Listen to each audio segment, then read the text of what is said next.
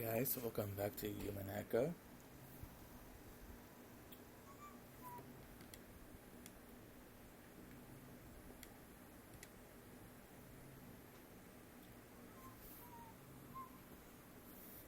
When being besieged, your true enemy isn't so much the fear of an unseen culprit as it is keeping such fears alive for long periods of time.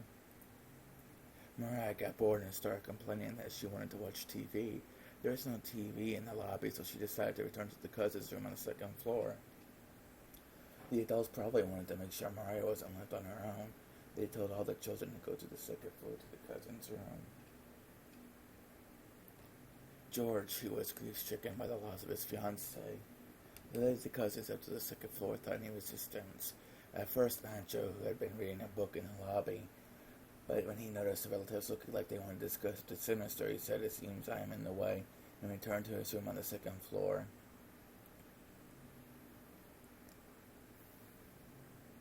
"I'm starving, and if we just keep sitting around, we'll get sleepy too.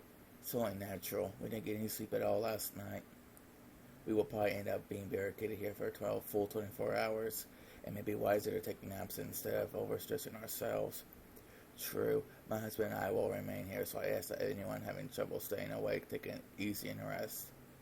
Our opponent might be expecting that, right? And if they couldn't defeat this many people, if that number is strength enough, they may plan to use that moment to strike.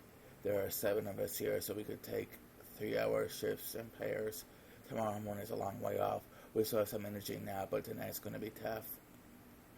"Sure we will." Anyone's sleepy? "Don't overdo it and get some rest." Hideyoshi looked around at everyone who wanted to sleep first, but no one volunteered. Everyone was just as tired, but no one was bold enough to go to sleep right away. And the fear of the unknown culprit was just as strong as their sleepiness. "Nobody? Well, don't overdo it, everyone. If we get tired, I'll deal with it then. I'll admit I'm sleeping, but I am not in the mood now." As Eva spoke sharply, she reread the second letter from Beatrice, which had been found in the boiler room. Beatrice had sent them 2 letters which had repeatedly told them to solve the riddle of the epitaph, and she'd even provoked them by saying she'd give up her assets and a headship if they could solve it. Eva took out a notebook and opened it to a page with the epitaph copied onto it. "Is it said epitaph?" "Yes, I hate doing what the culprit says, but we do have time to waste. I think it's the perfect way to stave off boredom. Not a bad way to kill time. Why don't we challenge it together as siblings? Can I borrow that? I'll rewrite it just a little larger." Matsui signed to give us a larger piece of paper. There should be paper in the servant room. I will bring some. Matsui immediately brought a blank B4 sheet of paper from the servant room. Kairi bridled Eva's notebook, wrote out the epitaph on the paper, and laid it on the table. Everyone quickly peered down at it. They automatically formed a crowd. "I've heard about it, but really this is a tough riddle. I don't have a clue what it's talking about. At one point I also did my best to solve it, but I was just as clueless. If you didn't know, you wouldn't have come all the way out here with a plan to make money. After all, it's 10 tons of gold we're talking about." Sorry about that, guys. Did not expect that. Sorry. Anyway, this is the first time I've read it through it seriously, but roughly speaking, it couldn't be split into 3 parts. I've been thinking that's just last night, but you really are a good thinker, Kairi-san. Perhaps you'll be able to easily solve this riddle that we couldn't. Yeah, Kairi's sharp. She might find more interesting take on it if she comes in with any confusing biases. "That's right, Kairi-san. Would you mind giving us your honest opinion after reading the epitaph? I doubt you'll find it useful. You'll give me too much credit." "That's fine. You'll say whatever comes into your head.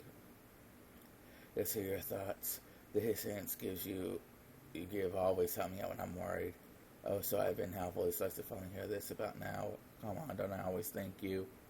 You two sure are close. I'm jealous. And the rest of us would love to hear these hints of yours. We're just killing time anyway, so relax, okay?" Karen was disturbed at being praised so highly for something so strange, but they all had all the time in the world. Realizing that this was just a way to waste time, she decided to accept the role she'd been given. Man, it's hard to breathe in here. Anyway, I'm sure I'll see something off the mark, but, well, I'll put forward my ideas. Indeed, what did you mean at the beginning about how it could be divided into 3 parts, roughly speaking? Well, I just mean what I said. I think that overall the epitaph can be divided into three sections. First, there are 5 lines up until there sleeps the key to the gold. Up to this point is the first part which directs you to the location of the key. And then there's parts formed by the 11 lines up until the 10th twilight, which refer to the location of the golden line itself. And then the remaining 6 lines make it the part of after the golden line has been reached.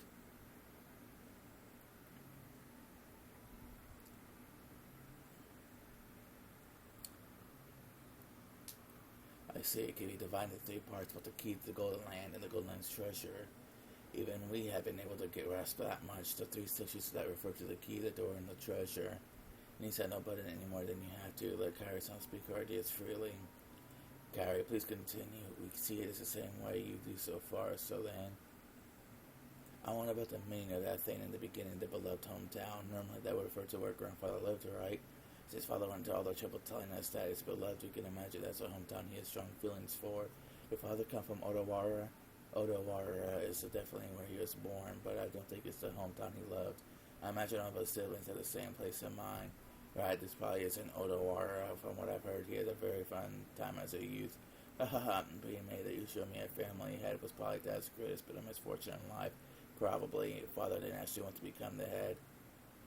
So where's this place? Is there a river where the sweet fish swim?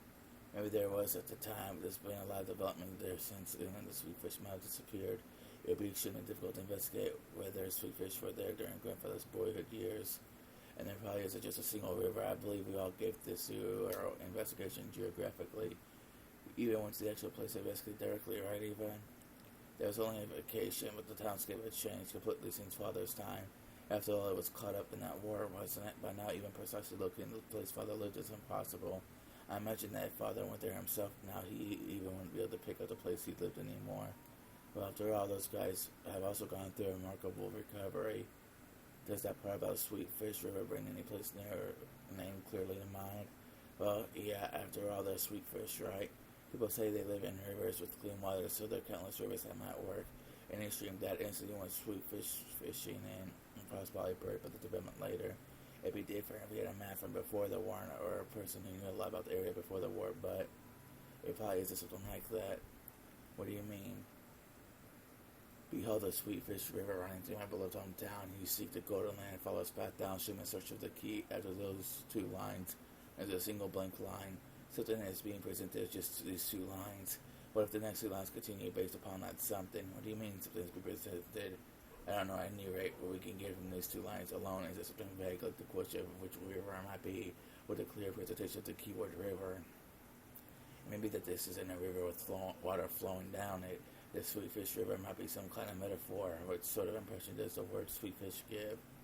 Sweet fish are like salmon. They're freshwater fish, but they go into the ocean right after they're born. But when they get big, they go back to the river to live there, and then they spawn there in their lives there. Well, they leave their home at one point, but when they get big, they come back and lay eggs. Might be able to link that to the idea of clan prosperity. Oh, they're freshwater fish, but they can live in the ocean. I didn't know that. I figured river fish wouldn't be able to live in the sea. And they're called sweet fish because they have a pleasant aroma. I've never eaten one, but I have heard they can be quite delicious when grilled with salt.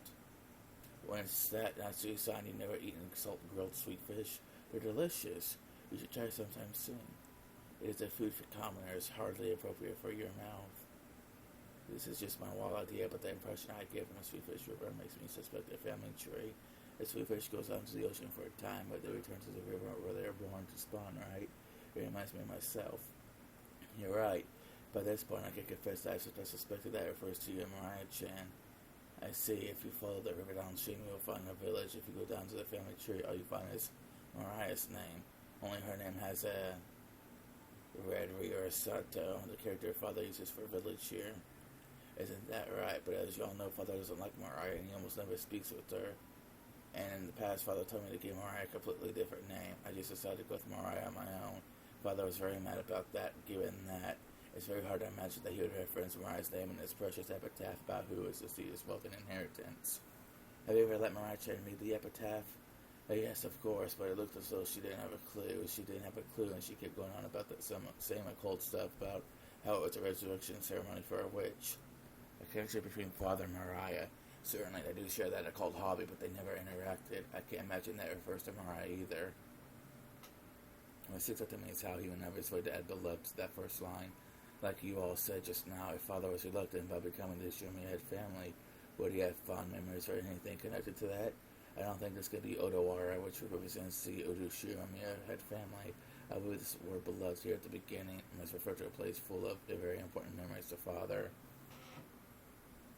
Well, that's fine. It would be hard to pinpoint since we don't have even a trace of a map from that time. But at any rate, there would probably be several rivers with sweet fish swimming in them near Dad's hometown during his youth. That's if we're looking for a river with water flowing down it, right? And then, go on, Carrie's son. I don't really understand the three lines starting with if you follow the river downstream you'll find a village. It's probably a link to the two lines about the Sweetfish River. I imagine it's something we'd understand automatically if we knew that the Sweetfish River really was. Until we figure that out, it's probably useless to try and solve those three lines any further. So we're stuck unless we know what the Sweetfish River really is.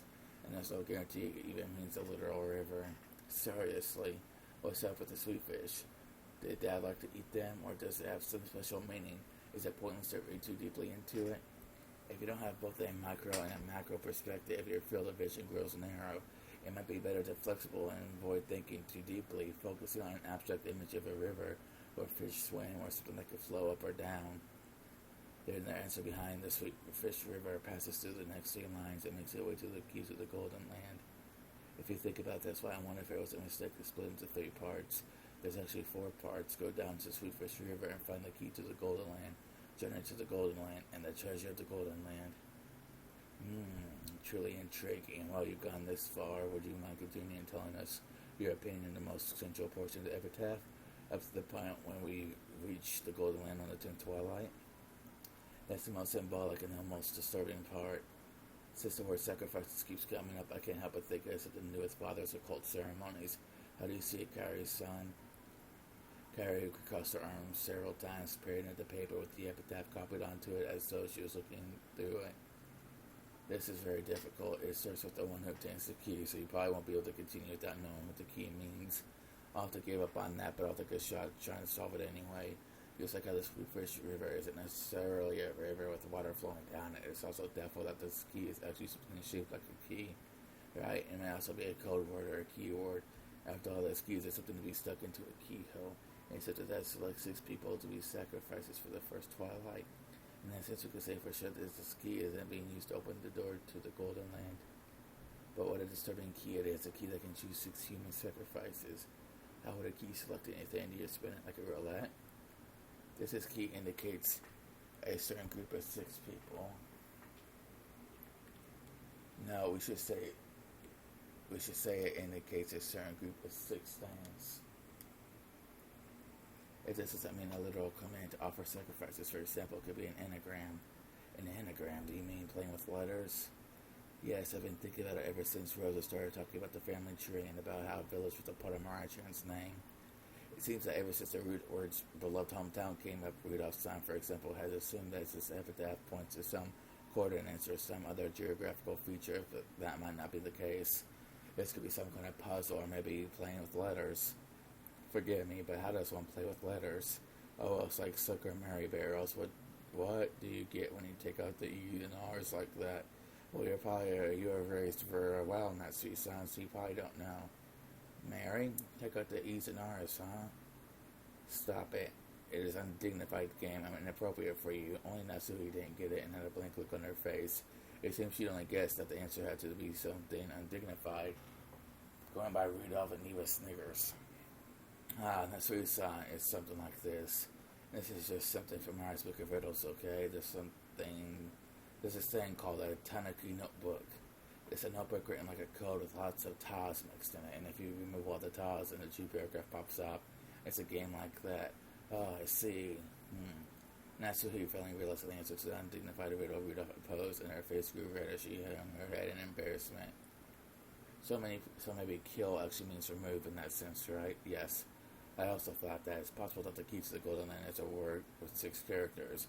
In other words, the top from Tanuki notebook is actually 6 characters here. This is getting complicated. Playing with letters, is it?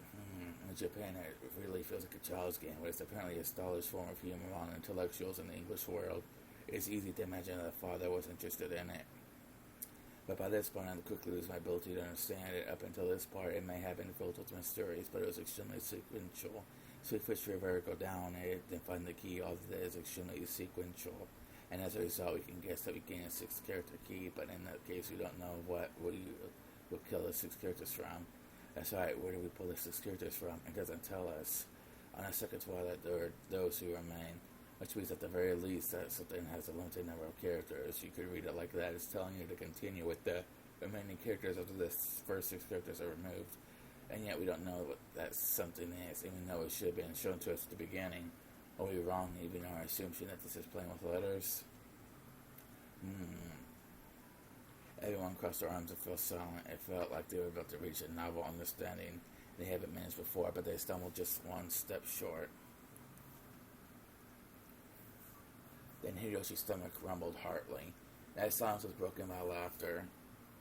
Sorry, strangely enough, I spinning the gears in my head for a change. My stomach's gone completely empty. Looks like I can stand missing breakfast. Well, ha ha ha. Natsuhi, is there anything to eat here? There should be at least enough set aside for breakfast. I will prepare it. I'm also starving, and I'll bet those birds above us are the same. Still, I doubt there's enough for the 18 people here, much as a full 3 meals, right? That's right, it'll be a long journey until tomorrow. Maybe we better take a trip back to the mansion and fish around for some canned foods or something in the kitchen. There's something more than crackers or snacks here, but if that would be sufficient, I can get them ready for you all. But with this many people, there might not be any left for lunch. That will do for now. Would you mind getting those ready? It looked like the men had been taken over with an appetite that stopped all thought. The atmosphere grew more peaceful, and the epitaph investigation team split up for the time being. But Eva kept staring at the paper the epitaph was written on, like she was going to burn a hole through it. Playing around with letters is something more than a theory of mine, as a chance is mistaken. Anyway, son, don't take it too seriously, okay? Thank you. I'll just keep doing this on my own. Would you mind leaving me alone? Eva spoke loudly. Kari didn't bother her anymore, and instead went to help Natsuhi prepare breakfast. And he said, "Should we also help prepare breakfast? Then you go help. I'm busy solving this." "Sorry," and then I'll help. Good grief, how can you be like that? Huh? They assure me a family headship will give in to the person who solved this epitaph. It looks like you've given up in the beginning, as if it has nothing to do with you. If you can solve it, there's a chance even you'll be able to receive the headship. This is a chance to steal everything from the son. Why aren't you taking such a once-in-a-lifetime chance to bear seriously? I'm on my most hungry head, unsure how she should answer. Too late, she regretted carelessly speaking to her sister when she was in a bad mood. If you noticed anything, say so, even though Carrie said and I were thinking hard, you just could have nodded your head, didn't you? Come on, is there anything you noticed? Come on. Don't you think this part's strange? Strange? What is? It's just that this whole subject is written like a journey to Golden Land, right? You reach the Golden Land, then you see his treasures. What's your point? You think there's some sort of keyword tied to those treasures? Not the treasures themselves. Look, in the 10th twilight isn't how you receive the treasure strange? What does it say? We'll receive the treasures once and for the last time. If you only get them once, then there's no point in telling us it's the last time, and the same thing in reverse. Oh, but I'm probably splitting hairs with nothing if you think about it. This is father we're talking about after all. He probably just said it that way to make it sound more dramatic.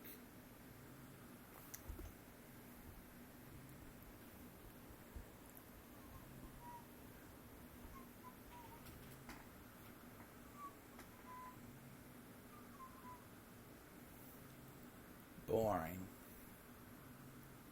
Oh, what is boring? Boring.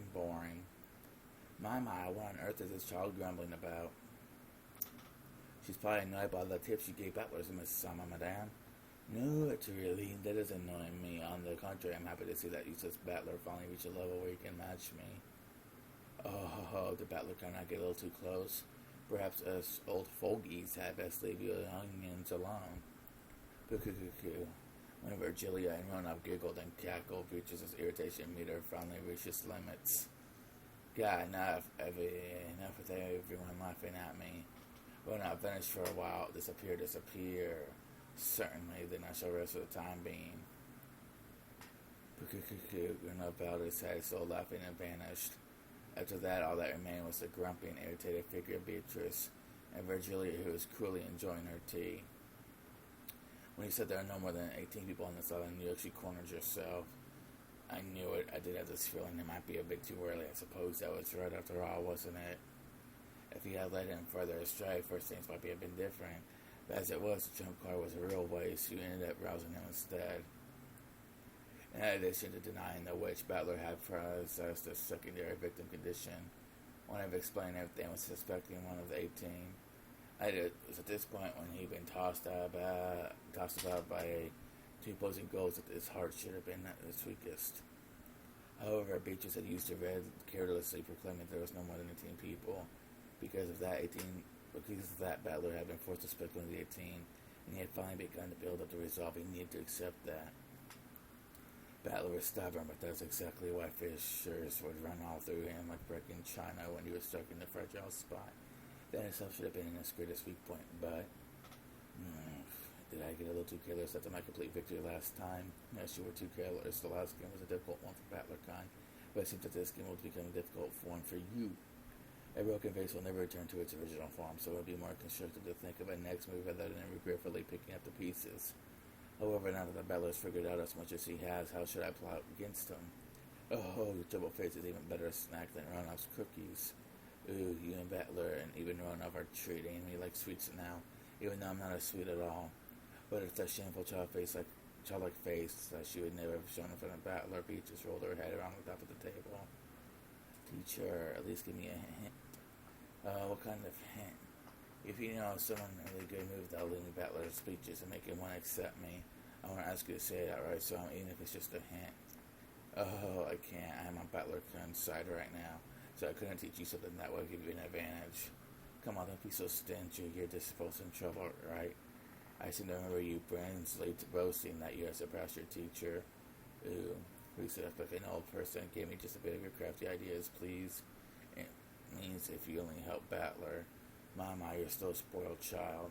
But if it's true that I may have given Battler kind of few too many hands, it did serve as a scolding to you, but perhaps it was a little too much support for a fair game. Isn't that right? Isn't that right? Please, teacher, just a little hint. At least you just need a hint now, okay? This is the only hint. Think about it. Means by yourself, okay? Yeah.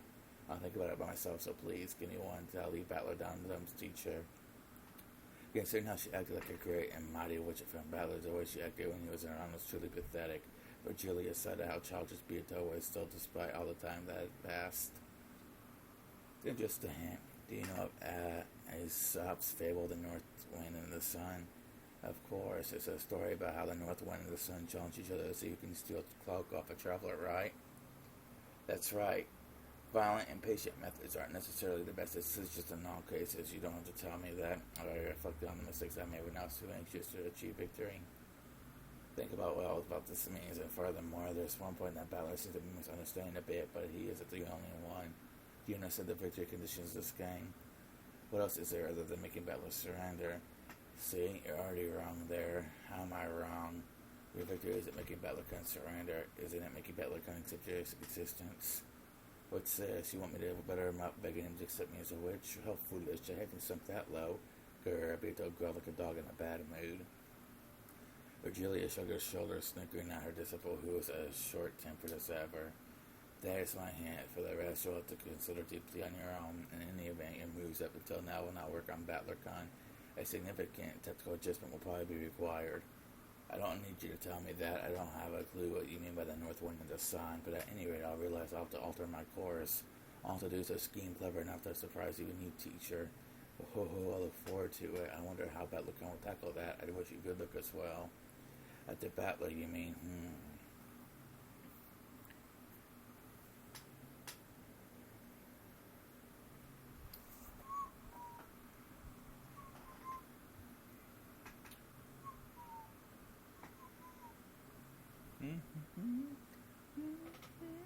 Are you gonna give up and resign already? I guess you're that tired. If only you discovered futon and sleep, as my mind grew vague, and I pretended to fight my drowsiness while sinking deeper and deeper into this sofa. I scolded myself. You also stated about stealing the possession of family having crossed, right? Even though my magic's giving you a chance, are you already throwing it away? You could say that, but this riddle is really hard. Even a wire puzzle will be better. At least in that case, you know for sure it's solvable, but in the case of an epitaph riddle, we've been given no reason to be sure of that. I might just be fighting a useless battle. so hazy I looked at the notebook I'd been holding the whole time. It was open to a page with the epitaph, which I must have started hard enough to burn holes in it so many hundreds of nights I lost count. That page is truly a door. On the other side lies golden in a place I wanted to drag myself to no matter the effort ever since I was a child, in a place I was never able to reach. Am I touching the door with both hands? With the book, no, the door right there in front of me, ready to be opened, and yet still unable to reach the other side. That's right. Your hand is already on the door. Come on, open it with all your strength, and read the characters written on the door. Open it with all my strength. Read the characters written on the door. Strain your eyes, see through that thing beyond the epitaph written in the notebook. That beloved hometown definitely won't betray our expectations. The only past father held dear happened during his childhood years. That's right. They know about the Sweetfish River. There are several rivers where they swim, and there's reasons to doubt that this just refers to one close to the place father lived.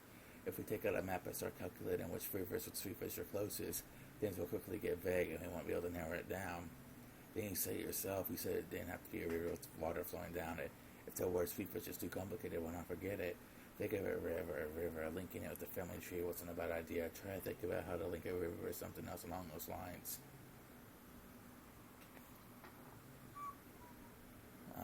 It isn't a river, but where else could Sweetfish swim? But if we're talking about places Sweetfish can swim, then maybe the ocean has something to do with this. Yeah, my husband even said that they go out into the ocean even though they're rivers fish. To the ocean, no, but did you notice? But that's just not a fake. That's just a fake memory. There's supposed to be a room for storing books in this building, right? If you investigate, you can make sure if that's the Sweetfish River, and if the key might be a 6-character word, then he could actually be resting in that river. I don't know. Anyway, I have to search in the atlas, but even if I know, I don't know from what I should take the 6 characters. You really don't know. Think deeply. We're pretty smart. So our ideas are world, or something like that. I didn't see it. Sorry, guys. Anyway, back to this. Don't think of it as like something as massive as a riddle of the epitaph, but it's like a child's riddle. Men are always children, no matter how old they get. Even if father was advanced into old age, it doesn't change the fact that he's essentially a child at heart. Throw away your father. Think of this like a worthless infantile game with the riddles, like the one Mariah suddenly brought out on the boat. Riddles, worthless infantile. I'm sure that was what was it? I'm sure my memory wasn't wrong. That was probably the case. No, I don't have to rely on my vague memory. I should be able to figure that out immediately by searching the library. We probably already know the answer. All that stuff, just investigate whether it's correct or not. Come on, Eva, let's go to the library, making sure no one sees Esther. We should find them out enough thick books that didn't fit in Father's study. I'm sure we'll find a book that answers our questions. Quickly, this is the first and last chance we'll ever get to make our dreams come true.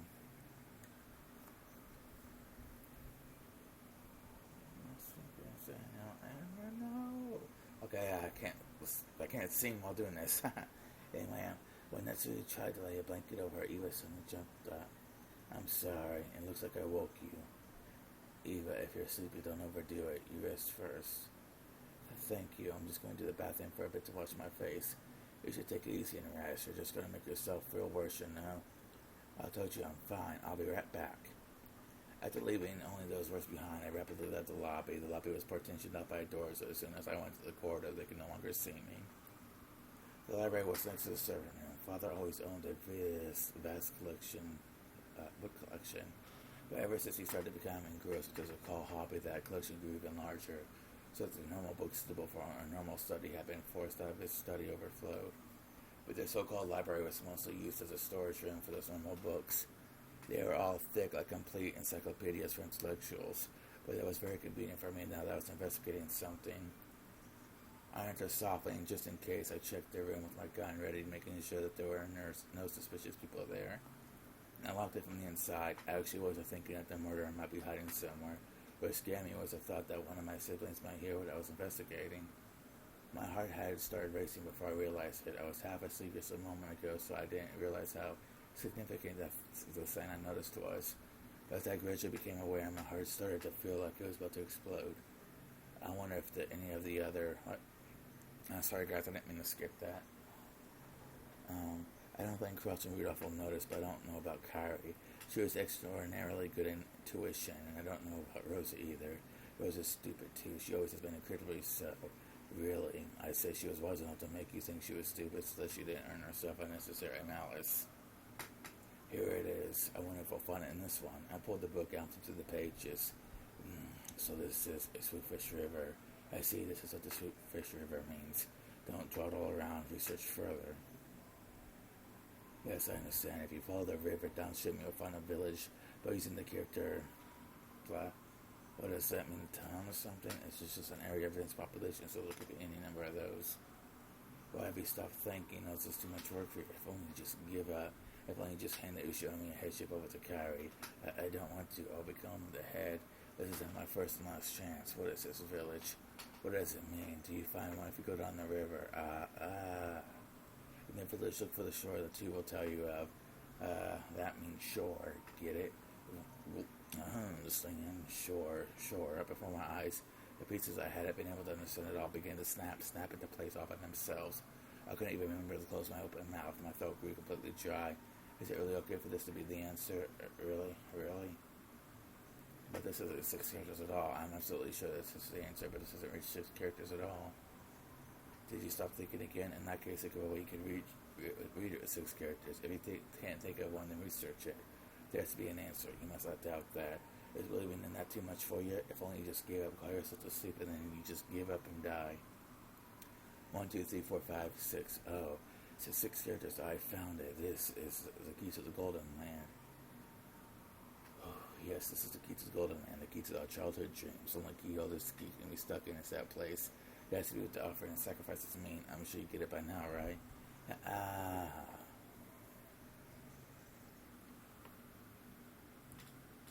Okay, guys, I know this is going to be an hour-long video. It's going to be one of my shorter 30-minute long videos. I'm just really tired tonight, and I'm going to be going to bed a little bit early, so maybe tonight, not tonight, maybe tomorrow night or the night after, maybe I'll do like an hour-long video on this. But until then, guys, I'll see y'all later.